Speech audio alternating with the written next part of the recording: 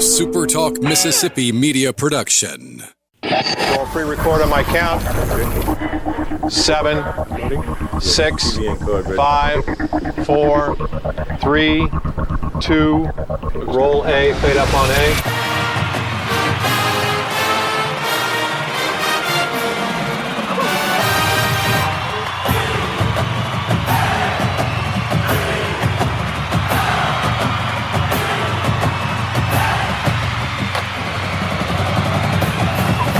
Southern Miss to the top.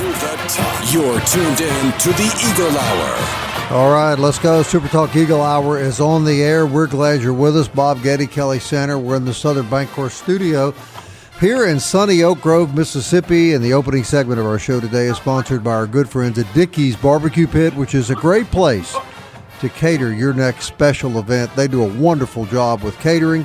And, of course, the food is always delicious 7 days a week. Bob, just real quick, Bob, breaking in news, Mike Tomlin is resigning as head football coach of the Pittsburgh Steelers. Wow, after 19 years. Amazing. I thought maybe he would have gotten another year. Yeah. 19 years and never had a losing record. Adam Schefter of the NFL is reporting, that Mike Tomlin has informed the Steelers this morning that he is done. All right.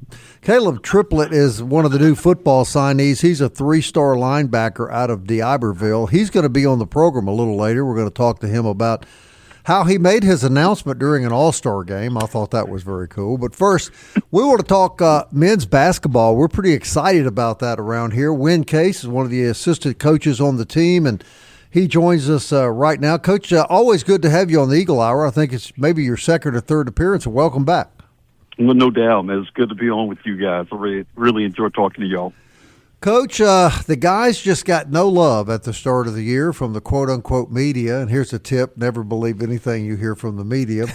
And the team's just doing a lot better than I think anyone gave them credit. I think 11-7, 5-1 in the league. Big game Wednesday night. And before we get to that, Coach, kind of sum up the success that you've seen out of these kids and what it is you like the most about what you're seeing.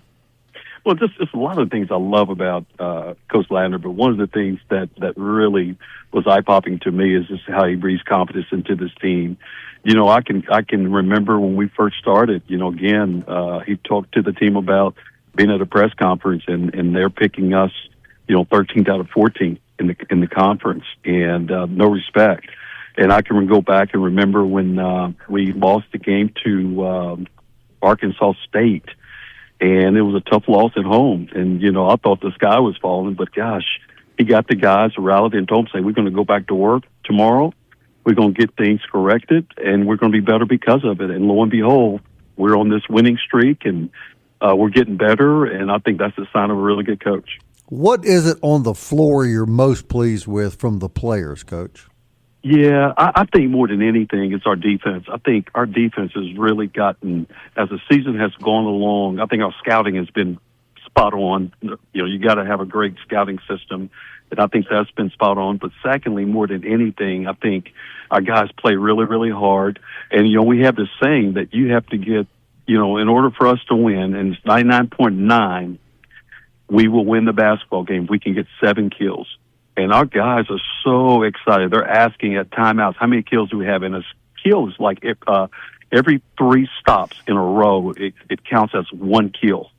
And so you look around, hey, guys, we got 3 kills. We need 4 more kills to actually have a really good chance of winning this ball game. And our guys are just with that energy and connected defensively, rebounding the basketball and all those things. And so I think that's a big key as well. I was going to say, I know what a kill is in volleyball. Well, now you know what exactly. Is in basketball. Yeah, now we've learned what it is in basketball. Coach, one of the things, 2 or 3 things I want to ask you about because of the things that you guys are doing well. You're not turning over the basketball hardly at all. What's the key to playing basketball where you're not turning it over? Well, I'll tell you this, and it's a funny story. At one point during the summer, we were turning the basketball over left and right. The ball was going everywhere, up in the stands and all those things. And Coach decided to put a penalty in play. So we have a rack of basketballs. Every single time all over, a ball comes off that rack. And when that rack is empty, we have to run basically a 1 minute type suicide where you're going down and back, down and back, down and back for the whole minute. And it's got to be sprints all the way through. So our guys have been real cautious of not getting that rack to go empty. And so it's so important. And so I think that's really, really helped us. And I remember the other day in practice, we were down to one ball, and all our guys said, "Guys, we got one ball left on that rack. We cannot turn the ball over because we're going to have to run." And so I think that has something to do with it. But we put a lot of emphasis on making sure that we take care of that basketball because, again, you don't want live ball turnovers. Well, the game is going fast, and all of a sudden you turn it over and they get a fast break dunk or layup. We want to try as best we can to make teams play in the half court as opposed to getting up and down that floor. Playing the half court, that's when our defense is all set and we are ready to go. So I think that's been a big key for us. Well, you're hanging on. You're hanging on to it at near historic proportions right now. When you lost Isaac Taveras, of course, the old adage that somebody's got to step up. And one of the guys that we really haven't talked. We talked about Dylan Brumfield and how he's stepped up his game, but also Jari Benet. It really has not gotten a lot of publicity, and I think this guy is playing out of his mind right now. Yes, he really is, and boy, he's been a huge key. But I'll tell you the thing that I love about we call him the Frenchman. That I love about him is that every single day he's an everyday guy. You know exactly what you're going to get every day. He's got a motor that I've never seen or never coached. In other words, I mean, every single day, everything we do, whether it be a layup drill, fast break drill, whatever it is, he is going to go 150 miles an hour. And so that has transitioned over into these basketball games where, I mean, he never gets tired. He wants to be out on that floor for 40 minutes, and he has basically energized our team for sure. And, yes, he is having a great second half to the season. Now, if he would just start bringing some baguettes with olive oil and pepper, yeah, exactly. Absolutely. Hey, you guys got Troy tomorrow night, Coach, on the road, and I, with all due respect, I think this is going to be a real test as to where you guys are. What about this Troy team? Tell us. Yeah, it's going to be really, really tough. And obviously, playing on the road, I mean, and winning on the road is so tough, and it's no different than this Troy game. And the thing about Troy is that, guys, we've got to guard against the three-point shot. Every guy on their team, including the managers, can really shoot threes.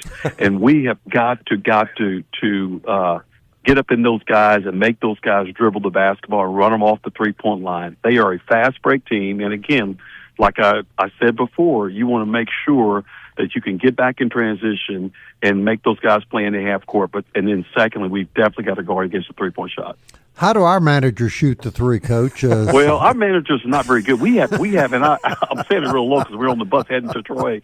But our managers, I think they're 1 and 3, and against the other opponents' managers. Oh. So every game the night before, we always go down the night before, that our managers go up against the other opponents' managers, and so they're wanting to try to get back on that winning streak like us because we give them a hard time when they lose a manager's game. Sounds like they may need one of those 60-second sprint drills. Absolutely. Hey, Coach, about 90 seconds left. Okay. How important is it right now to the basketball team to be playing the way? And kind of a crazy question, but I know the team was under a lot of pressure when the season started. The coaching staff is under a lot of pressure. What sense of relief are you guys feeling right now about the way your team is playing, or is it just too much basketball in front of you to relax? Well, I can tell you this, with Coach Ladden, it starts with him. He's worked hard, tirelessly in putting this team together. We got a great staff of assistant coaches, and not including myself, but everybody else. We got some really good coaches, and so I think that's first and foremost. And like Coach Ladner said, obviously him playing here, winning an NIT, and he knows how these people around here, man, love basketball, and they love a winner, like everybody does. And you can see it. You can see the excitement. I mean, our last ball game, was, I mean, it was a tough ball game against ULM, but gosh, we had a lot. That place was filled up. It was really, really, really exciting because when it got really, really tight at the end of the ball game with about 2 minutes to go, and I mean, it was a 1 or 2 possession ball game. Our fans just got loud. And after the game, we don't win the game. And after the game, I said, Coach, I said, man, this is great. These people are really getting excited. He said, trust me. He said, you win, these people will come out and they'll be very, very excited. Because that's the most important thing is that you want that home court feel, that home court advantage. And if we can, again, try to win as many games or every single game at home and do our best on the road, we're going to have a chance to win this conference. Coach Case, I've got just a couple of more questions. Kelly may have one. Can we ask you to stick through a 3-minute break and let us come back to you? Yes, sir. Sure can. Thank you. When Case is on the phone with us as the guys are headed to Troy, Alabama. And if his parents would have named him Lose Case, he'd probably be an accountant and not, not a basketball coach.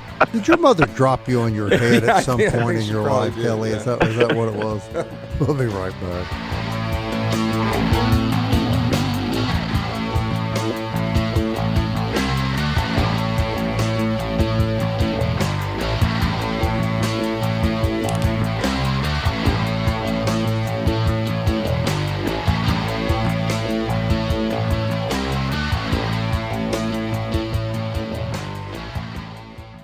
Big news from Robinson Electric Supply in Laurel. We've moved. You'll now find us directly behind our old building, right by Sawmill Animal Hospital. We're still your trusted electrical distributor, carrying everything from conduit to tape. And don't forget our full line of Milwaukee tools. Whether you're a contractor or a DIY pro, stop by the new Robinson Electric Supply at 1222 West 6th Street and see what's lighting up Laurel. Robinson Electric Supply. New location, same trusted service.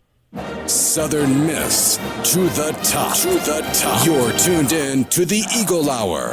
All right, welcome back to the show. Eagle Tire West sponsoring this segment of our program, and that's where you'll find Matt Warren and his great staff. Premium Goodyear products, full-service auto and truck service. It's all at Eagle Tire West. They're next to Smith Motor Company, Highway 98 West. We're so happy to have them part of our family. They are family-owned and operated since 1985, Eagle Tire and Eagle Tire West. Goodyear tires, full service, expert care for your vehicle, and big Southern Miss supporters. You talk about family-owned, Bob. I'll tell you something who's going to own somebody. The Eagles are going to own the Trojans tomorrow night. You hope so, huh? Well, Win Case may have a little something to say about that. He's one of the assistant coaches on the men's basketball team. They're on their way, actually, to Troy as Coach is on the phone with us. And, Coach, you obviously came here from another league, and you've coached in other college venues. So I wanted to get your analysis of the Sun Belt Basketball Conference and what it's going to take for Southern Miss to achieve the goal of winning the league. Well, and that's a very good question. For me, just sitting up observing, and I mean, it's a lot of really good coaches in this league, and you've got to be ready to go if you're going to have a chance to beat them and to beat their program. I think more than anything, we have got to continue to have great practices. And like Coach Ladner always says, he said, you have great practices, you will have great games. And so we got to continue to do that. And I thought we had a really good practice today. I think we're definitely ready to play tomorrow. And so, people always say defense travels. It may be some times where you may not make a shot here and there, but if your defense is consistent, night in and night out, you're going to always have a chance. And I think our guys really, really understand that. And I think Dylan Brumfield is our guy when it comes to getting our guys to really, really, because it starts with him. And I think he can definitely be an all defensive league type player this year because he's really doing a great job defensively. And so I think, again, to answer that question, I mean, we've got to continue to play really good defense and continue to get better defensively if we're going to have a chance to do well and win this conference. Kelly? Yeah, and going forward after, because you guys have got 2 other road games, before you head back home, and we talked about the other guys stepping up, including Dylan Brumfield after the injury to Isaac Tavares. But it looks like you might be getting Tavares back sooner rather than later, maybe. Cautiously optimistic, Coach? Yeah, cautiously optimistic. Definitely a good statement because, and again, the thing I love about Isaac is that he's got a great attitude. A lot of times when a kid, is having the year that he was having and all of a sudden he gets hurt and they get down, I mean, they want to just, pity on themselves and not want to work. But he's kept a great attitude. He's in the huddle on timeouts. He's telling Coach what he sees. Him and Coach Ladner are tied at the hip, and so he has really, really been a positive influence on our guys, even without playing. And so now that he's back, going to be back in the next few weeks, we're really excited because we've done well without him, and now to add that piece to this puzzle, I think is going to do nothing but elevate us, for sure. And in this day and age when everybody seems to think that coaching changes are the answers to everything, as we talked about Mike Tomlin leaving the Pittsburgh Steelers, yes. when you look at the Sun Belt, 3 of the longest tenured coaches are at South Al, at Troy, and at Southern Miss. And as fate would have it, those are the 3 strongest teams in the league this year. How big of a piece of the puzzle do you think, Coach Case, is consistency from the top? Well, I will say this, and I'm glad you mentioned consistency. One of my greatest statements to our players is that consistency will always beat talent any day.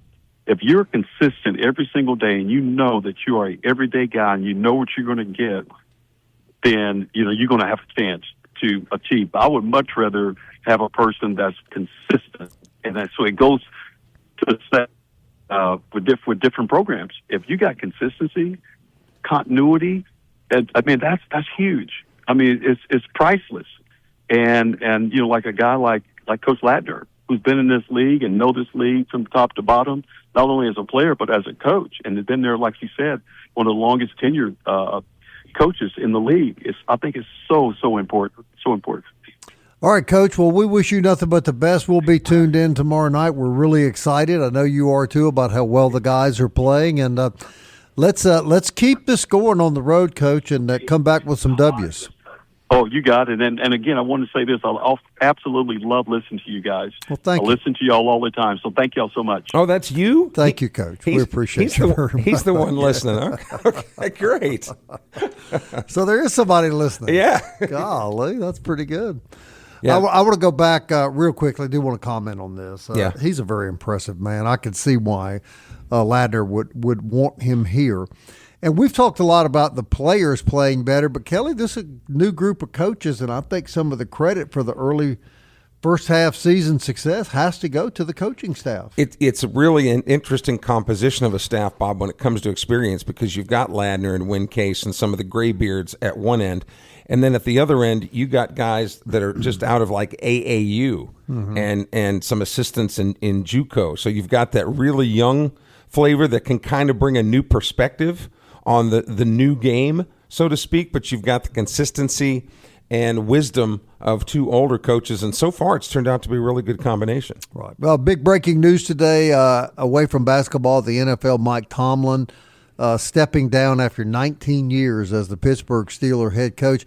I don't really think there's a coach in the NFL that could announce their quote-unquote retirement that it would be bigger news than this guy. He's been nothing but a winner for 19 years.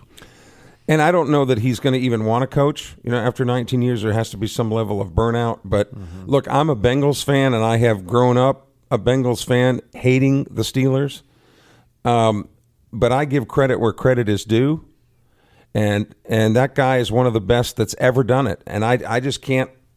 I would just have to shake a couple of Steelers fans going, what are y'all doing? What are you thinking? Yeah, he tied Marvin Lewis, who incidentally was a Bengals coach, for the longest consecutive losing streak in the playoffs.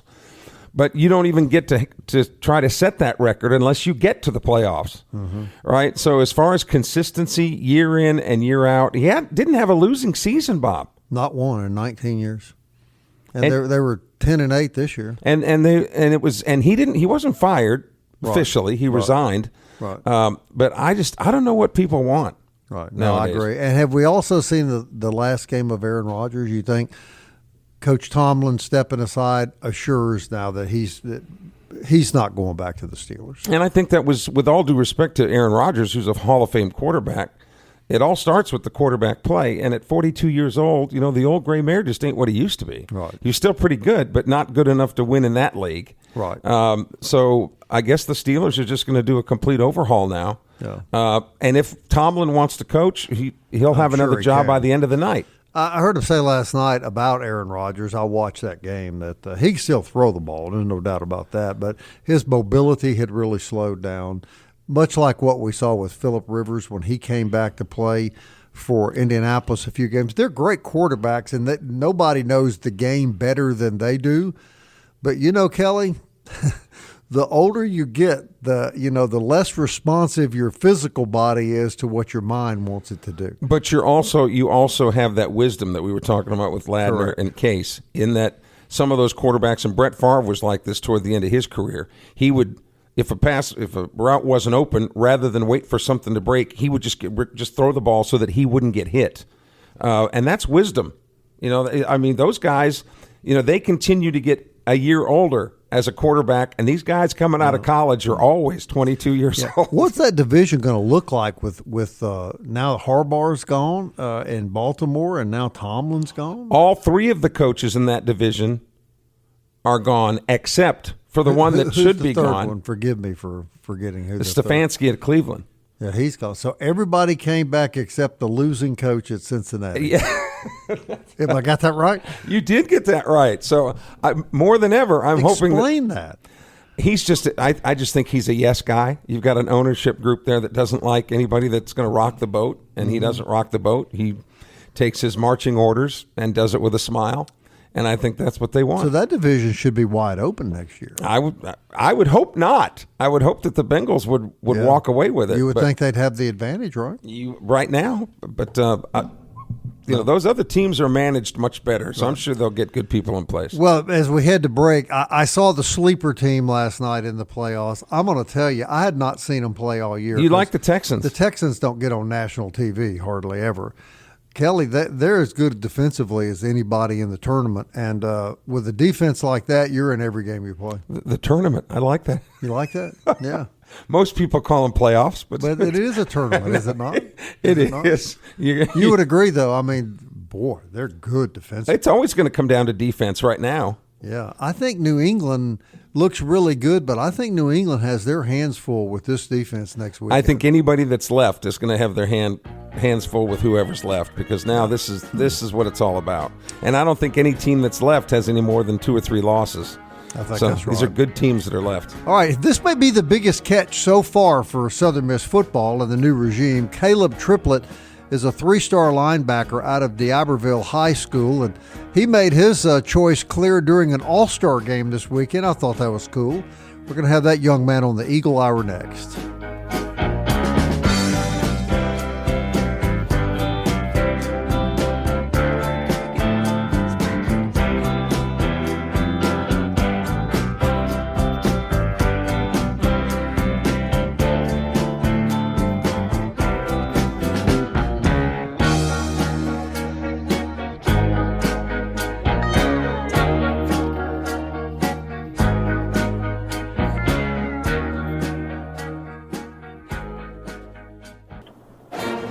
Eagle Hour. Southern Miss to the top.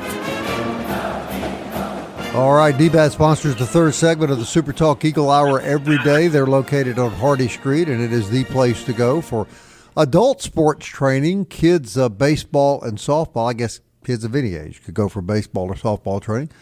Luke Reynolds manages this state-of-the-art facility. It's on Hardy Street. We're very happy to have them part of our family and fortunate to have them in our community. Home repair, home remodeling, home construction, it's all waiting for you at MCS Home Center in Bellevue. It's Hattiesburg's new improvement home center. Local folks eager to help you, 7329 Highway 98 West in Hattiesburg. MCS Home Center, great place for you to go. And don't forget about SuperTalk Eagle Hour podcast. You can hear it every day on Apple, Audible, Spotify, Stitcher, TuneIn, YouTube, or you could tell Alexa or Siri to play the SuperTalk Eagle Hour.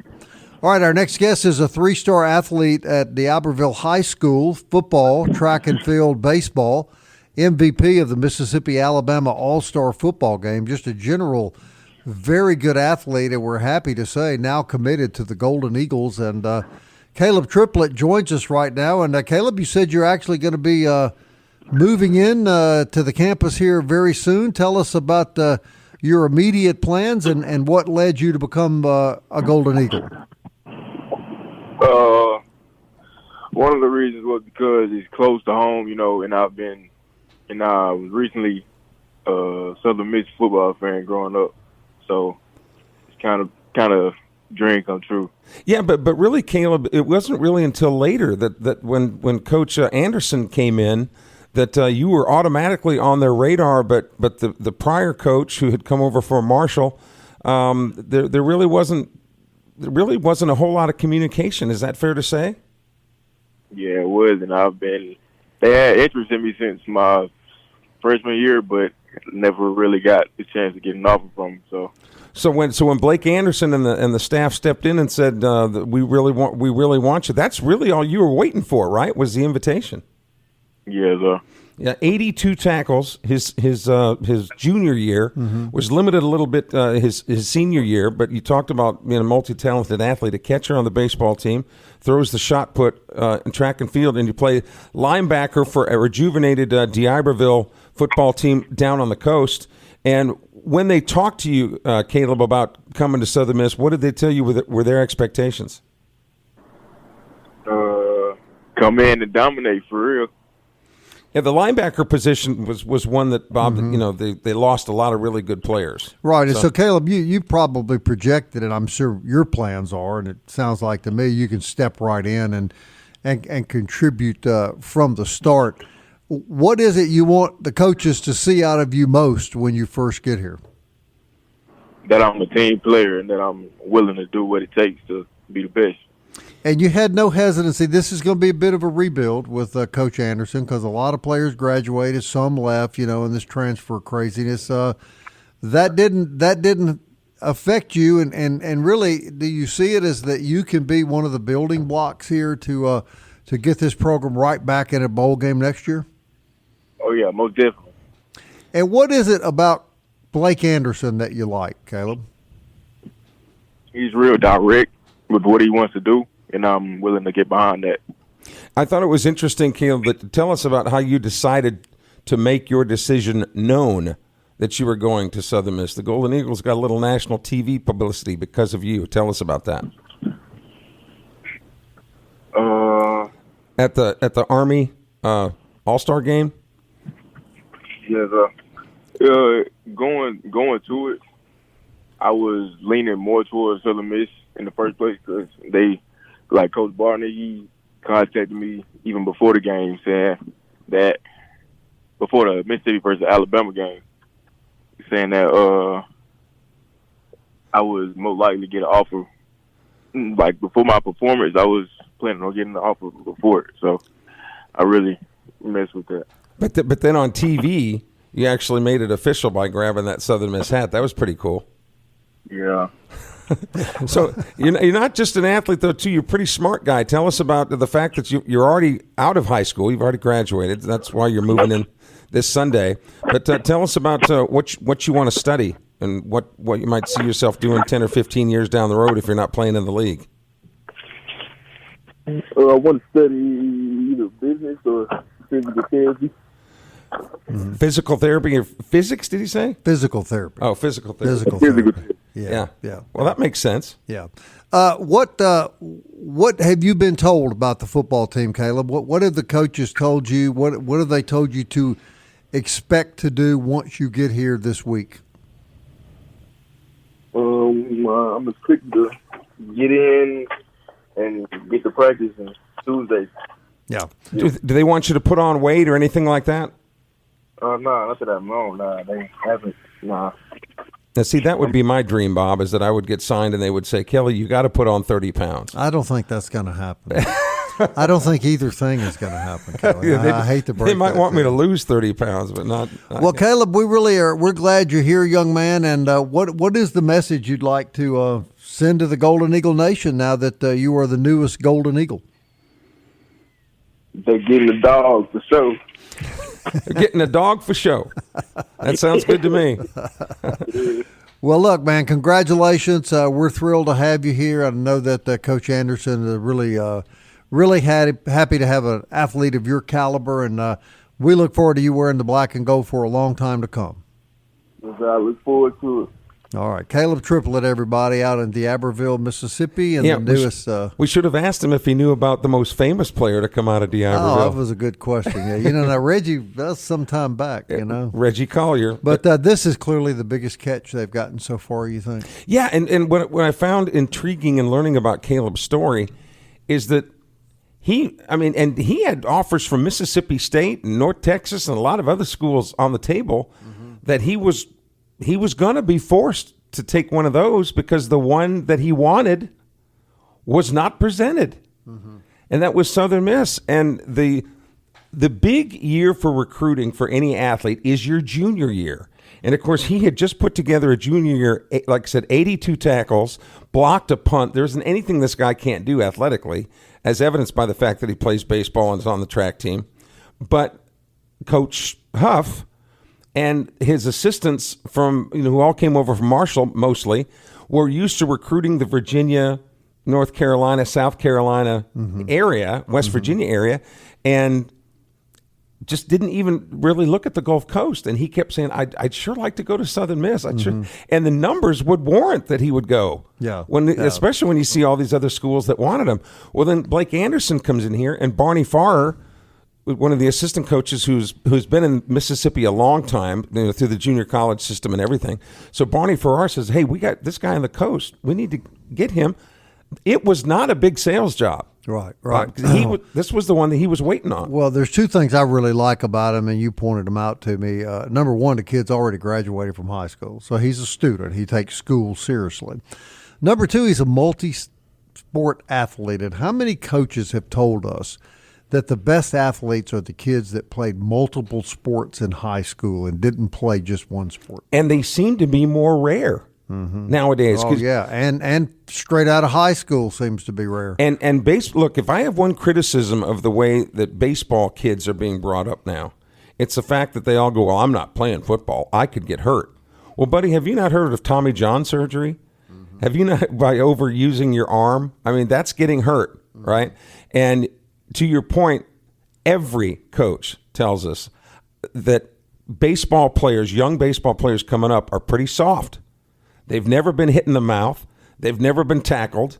They don't know how to handle physical adversity lots of times. So baseball coaches, including Coach Oz and the rest of them, would say, if I had a choice, all things being equal, I want a kid that's played football, at least football. Man, Scott Berry was an advocate of that, too. He talked a lot about that. So we're glad to have this young man here. And, in today's era, and we talked a lot over the last couple of weeks about what Blake Anderson has been left with, but you're really starting to see a lot of names pop up now that are committed to coming here.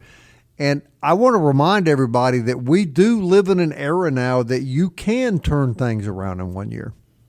Blake Anderson could be on his way to just picking right up where Huff left, and that is having this team back in bowls every year. Well, it's not his first rodeo, no. and that's the coaching at Arkansas State where he won the league, he won the Sun Belt as now it wasn't in the era of the transfer portal, but every coach, if they're doing their homework and doing their due diligence, has to think my next job is I'm going to be the head coach at wherever, so I need to be ready. And Blake Anderson, with his maturity and experience, was probably way ahead of the curve as far as that thinking goes. No question. And knowing that Coach Huff, they were even public about it, that Huff maybe would stay 2 years at the very longest. So Blake probably thought, if Coach Huff is to leave, I need to be ready to do this. Even if I don't get it, I need to be ready to do it. So he had a plan ready to enact. He has, and now here come the players. Here we go. Yeah. Hey, you want a great dessert? What about Mobay Beignet Company, 2902 Hardy Street? Check out their Facebook page. The toppings change every month. The beignets are always cooked when you come in and order them, so they are delicious. The Mardi Gras cream cheese. You always know this. Well, is this just a coincidence that you know this? And they like this gravy, what they call grandma's gravy, which they say is kind of like a melted down brownie that you can. That's one of the toppings that they really like. Do you prefer that? So I like anything that somebody else is paying for.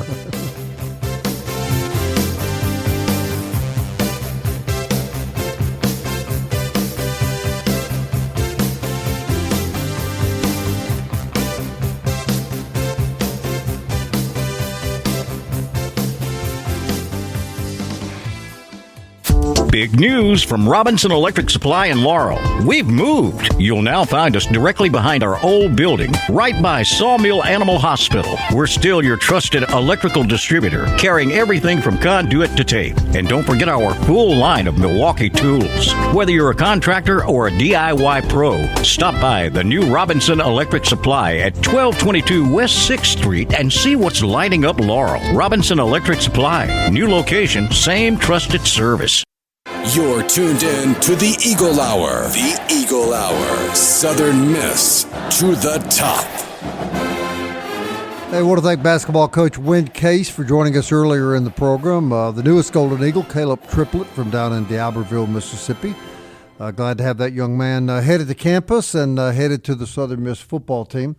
All right, as we conclude the show today, 4th Street Bar and Grill always sponsors the fourth segment of our program, of course. They're on Hardy Street. Well, no, they're not. They're on 4th Street, close to Hardy Street, and right there at the shadow of the rock. Great place to have a great meal anytime you like, and always catch the big ball game. And tomorrow, Bob, would be a good time for you to swing by for the Blue Plate lunch, $11.95. That includes your soft drink, because the Lady Eagles will be playing basketball. Why? Yeah, why? Hard to believe. Yeah, why? We don't have any idea why they're playing at 11 in the morning on a Wednesday, but they are at Texas State in San Marcos tomorrow for an 11 a.m. tip. So you can basketball and lunch at 4th Street. Hey, real quick, too, don't forget about Forest Healthcare. They remind you that this is the time of the year to get an annual physical. Get on top of your health to start the new year. Forest Health can help you with expert medical care closer to home. ForestHealth.org.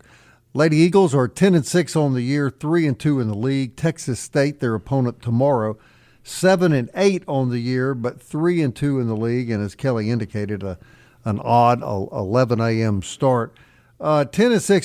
So the two teams, 21 wins between them now. And the women kind of had a hiccup on the road, but after what happened at App State, Kelly, I think what they have to show themselves now is that they can win on the road just like they can win at home. And realistically, they play at San Marcos tomorrow, but then they go up to Jonesboro. And the Arkansas State women are just tough as nails. They're by far and away right now the best team in the league. So when you look at realism, you'd like to think that you could win at Arkansas State, but Arkansas State won here. So that's just going to make it even tougher to win up there. But going back to the Texas State game, why this one is especially important, not only is it the next one on the schedule, but record-wise, talent-wise, scheme-wise, they're very much like Texas State. And if you're going to go anywhere in any league, you got to win one or two on the road. You got to be able to steal one. So if they could get out of there even with a 1-point win tomorrow, that would be really big, because it's all about seeding in that Sun Belt tournament come the first week in March down in Pensacola. So now, correct me if I'm wrong about this. I don't think I am. Let me pull it up here. ESPN, they share the coaches poll, right? Right. All right, so that preseason poll came out today, and the Golden Eagles continuing to get some preseason love, ranked 20th in this poll as well. So that's two polls, Division D1, and this poll, the Golden Eagles are ranked 20th, and I want to say it was perfect game. They had the Eagles ranked 27th. And let's see here in this poll where I think Coastal is 6th again. Yes, in that's that right. one. Yeah.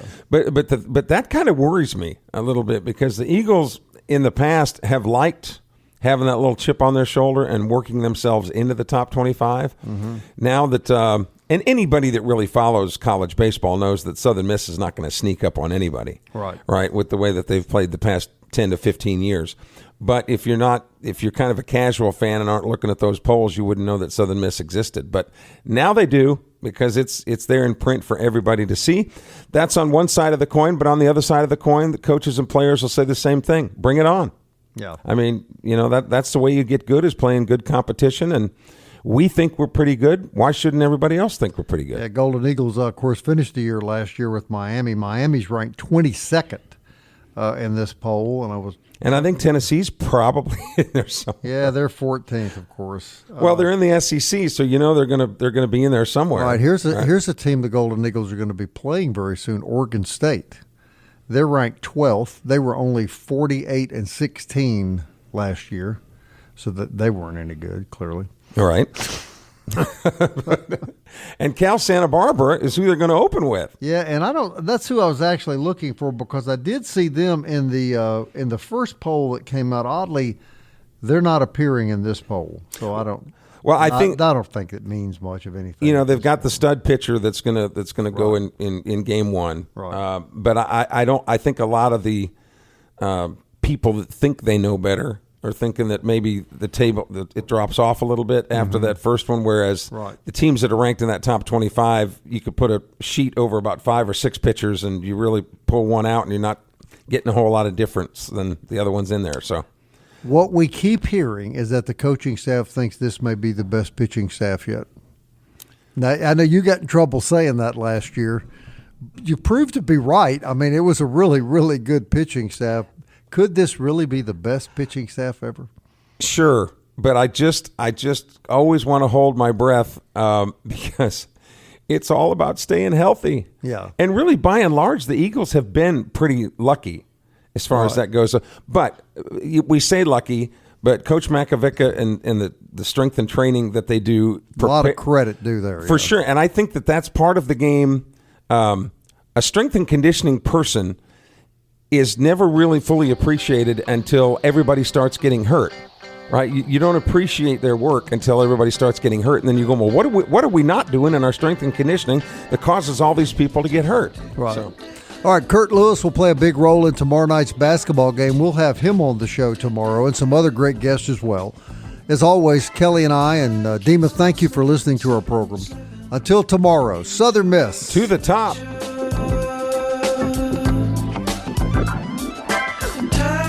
On slipping, slipping, slipping into the future. I wanna fly like an eagle to the sea. Fly like an eagle, let my spirit carry me. I want to fly like an eagle till I'm free. I go through the revolution. A SuperTalk Mississippi media production.